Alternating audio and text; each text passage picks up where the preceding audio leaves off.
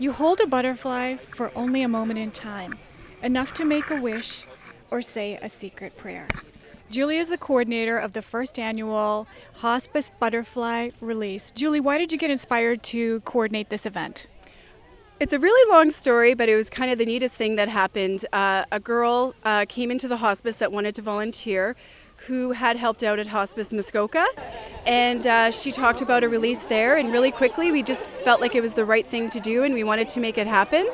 And for the inaugural event, it was very important for us to pick an event to give back to our community as they so graciously support us every year. Now, why does this event support not only Arch Hospice, but also the monarch butterfly and the butterfly population in general? I think there's a kindness that we feel at the hospice, and there's also that kindness in nature, and it just felt like the right parallel. So by helping hospice, we wanted something that would give back to community, and by giving back to community and nature, it just seemed like everything would come together in the most beautiful way. Now, I know you wanted to use the monarch butterfly. What happened? So basically, with our very, very cold winter and our very cold spring and the timeline, our breeder in Southern Ontario could not coax the monarchs to mate. So today, the monarchs have sent in their place the painted ladies, the red admirals, to take their place, and they're gorgeous butterflies indigenous to this area. And we're so glad to be able to have the butterfly release here today, and it just seemed like what was meant to be. Julie, why do you think it's important for our community to support Arch? Arch is, our mission is definitely to advocate for comfortable end-of-life journeys for all. And whether that be in a hospice, at home, there's a great need to advocate and support that in end-of-life the moments and wishes are achieved by whatever that person wants. And the hospice has a unique way of supporting the resident and also the families and their loved ones, and making those moments and memories last and making the most out of every moment. Myrtle is a volunteer with Arch Hospice. Myrtle, why did you decide to volunteer with Arch, and when did you start volunteering? Well, I've been volunteering with Arch since the planning stages, and I've been with them ever since. And I just enjoy every minute that I spend out there.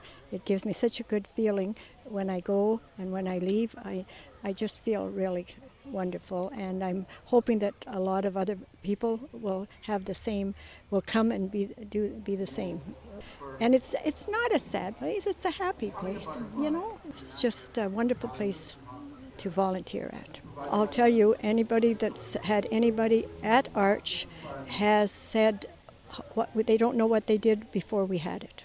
Ian has been walking across Canada to raise awareness for hospice and to raise funds. So Ian, where did you start, and what are the goals of your campaign?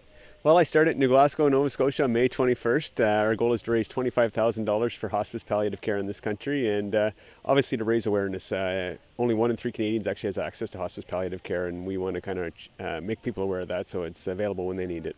So how many miles have you walked so far? Just over 2,100 kilometers so far. And how can people donate to your cause? Ian's Walk 2015.ca is the best place to go, or you can text the word hospice to 20222. Coincidentally, you're here on the Arch Hospice Butterfly Release Day. What do you feel about that?